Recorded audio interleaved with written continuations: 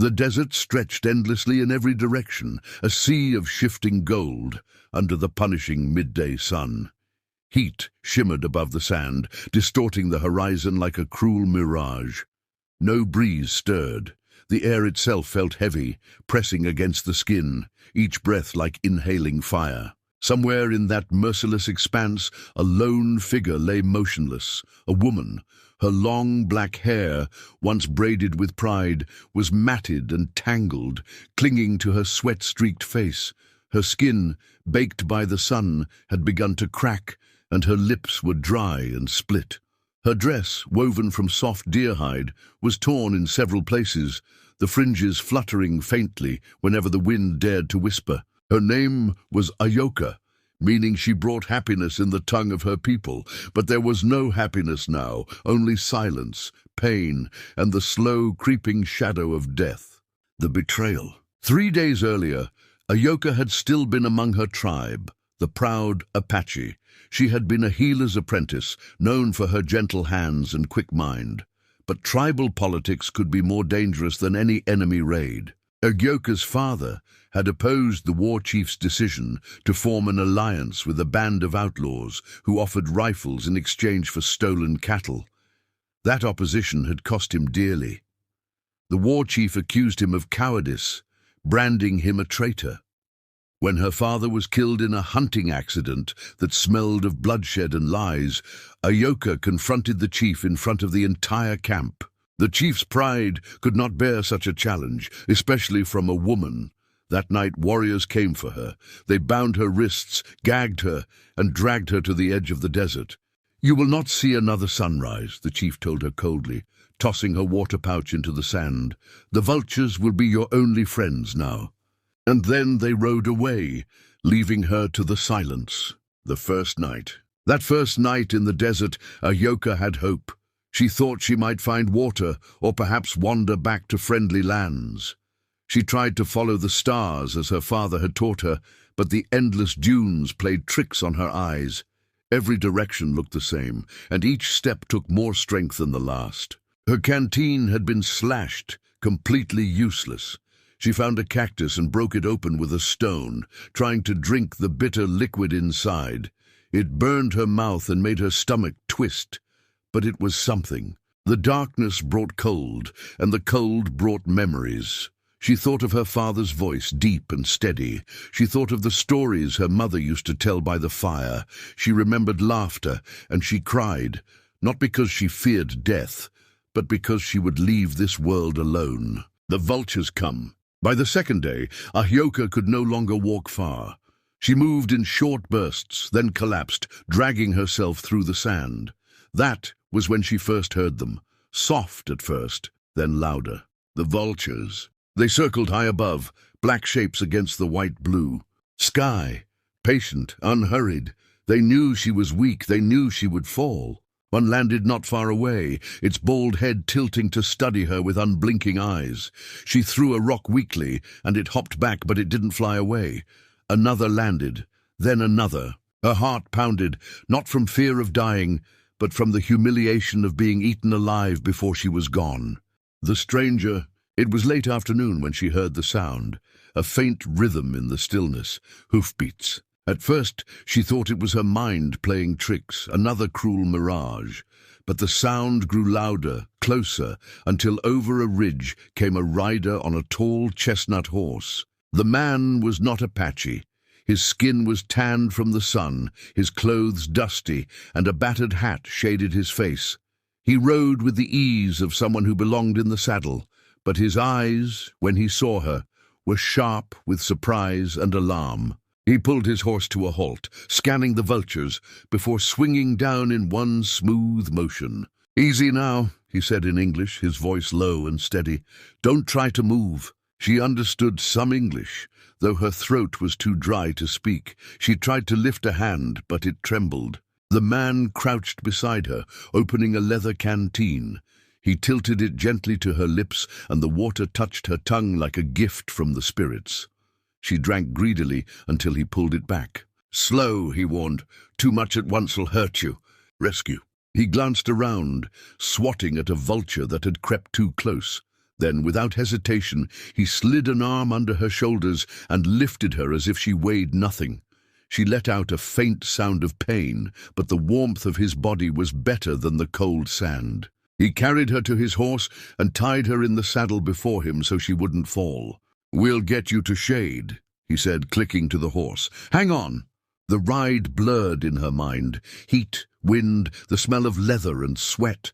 At one point she felt herself drifting into darkness, but his voice brought her back. "Don't sleep yet, girl, we're close. Shelter."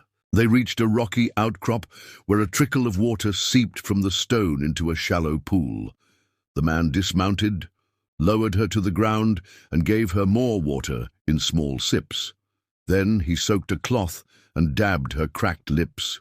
"You're Apache," he said quietly, as if speaking to himself. "What the hell are you doing out here alone?" She managed to whisper one word, "Banished." His jaw tightened, but he didn't press her.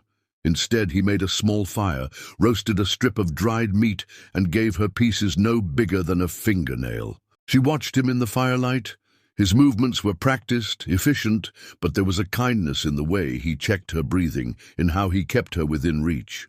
The name... When the stars came out, she finally found the strength to ask his name. "Matt Calder," he replied. "And you?" "Ayoka." He nodded once. "Well, Ayoka, the vultures won't be getting you, not while I'm here." And for the first time since the desert had claimed her, she believed it. That night, she slept without fear, knowing that somewhere between the betrayal of her own people and the endless stretch of desert, a stranger had decided her life was worth saving. The sun rose over the desert like a molten coin, casting long shadows across the rocky outcrop where Matt Calder and Ayoka had made camp. The night had been cool, the stars sharp against the black sky, but now the heat began creeping back, carrying with it the dry, metallic taste of dust. Ayoka woke slowly, her body still aching but her mind clearer than it had been in days. She could smell coffee brewing, bitter and rich, and the faint sizzle of bacon. She turned her head and saw Matt crouched over the fire, his hat tipped back, his face calm but alert. "You made it through the night," he said without looking up. "That's a good sign." She sat up with effort, wincing at the stiffness in her limbs. Matt handed her a tin cup filled with water. "Drink first, then eat. Recovering strength." Over the next 2 days, Ayoka's strength returned in slow, steady increments. Matt rationed her food carefully, small portions of jerky, beans, and biscuits so her stomach wouldn't revolt. He made her sip water constantly, even when she insisted she wasn't thirsty. They didn't talk much. She spoke little English, and Matt didn't press her for details, but she noticed the way he kept scanning the horizon, like a man expecting trouble. He was a quiet protector, a man who did what needed doing without needing to explain himself. By the 3rd morning, she could stand without help. "That's good," Matt said, nodding. "But you're still not ready to travel far. We'll move at half-pace today." The shadow of the tribe. As they rode out, Ayoka could not help but glance over her shoulder. The war chief would not bother sending men after her, unless he feared she might speak of what she knew. But she had seen the look in his eyes before he left her to die. A man like that didn't leave loose ends. They traveled through canyons and along dry riverbeds, always avoiding the open plains where riders could be spotted from miles away. Matt seemed to know the land as if he'd been born to it. That night, as they camped in the shelter of a mesquite grove, Ayoka finally told him the whole truth, haltingly, her words stitched together from English and Apache. She spoke of her father's death, the false alliance with outlaws, and her banishment. When she finished, Matt stared into the fire for a long moment. "Sounds like your chief's in deep with some dangerous men," he said at last. "Men who won't like the idea of you being alive." She nodded, her eyes dark with certainty. "The first attack. They were 2 days from the nearest settlement when the attack came. The sun was dipping low, the sky painted in streaks of crimson and gold. They were crossing a shallow arroyo when Matt's horse froze, ears twitching. A heartbeat later, a rifle cracked from the ridge above. Matt cursed, shoving Ayoka from the saddle and into the cover of a boulder. Dust exploded where the bullet struck. 3 riders crested the ridge, faces painted, rifles in hand. Not Apache warriors, white men, outlaws. "Stay down!" Matt barked, drawing his revolver. He fired twice, forcing the attackers to scatter behind the rocks. Ahyoka's heart hammered in her chest.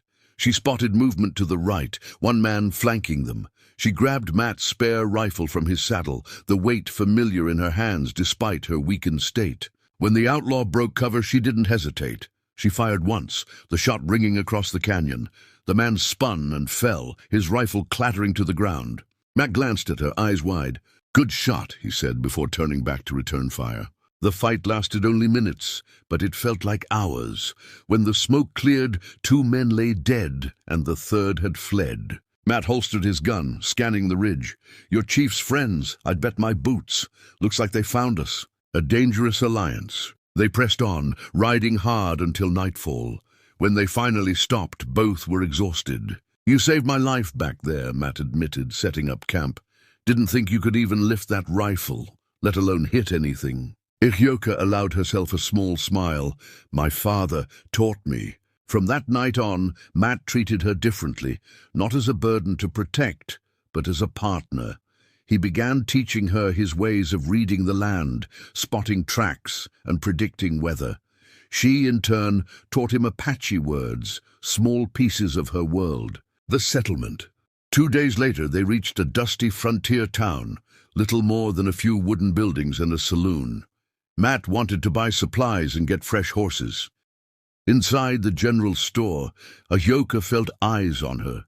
People stared, whispering. She was Apache, an unwelcome sight to many settlers. Matt noticed and kept himself between her and the stairs. They were nearly finished when the bat-wing doors of the saloon slammed open and 3 men stepped out, one of them the outlaw who had escaped the canyon fight. Matt's hand went to his gun instantly. "We've got company," he murmured. The final confrontation. The outlaw's voice was loud enough for the whole street to hear. "That's her! The chief said she's worth more alive than dead." Before anyone could react, guns were drawn. The street erupted into chaos. Shouts, horses screaming, bullets whistling through the air. Matt fired first, dropping 1 man. Ahyoka dove for cover, then used the water trough as a rest for her rifle. She picked her shots carefully, each one finding its mark. The surviving outlaw lunged at her, grabbing her arm and trying to wrench the rifle away. She slammed her knee into his gut, then used his own momentum to throw him into the trough. Matt was already there, hauling the man up by the collar. "Tell your friends," he growled. "If they come for her again, they'll answer to me." Then he knocked the man cold.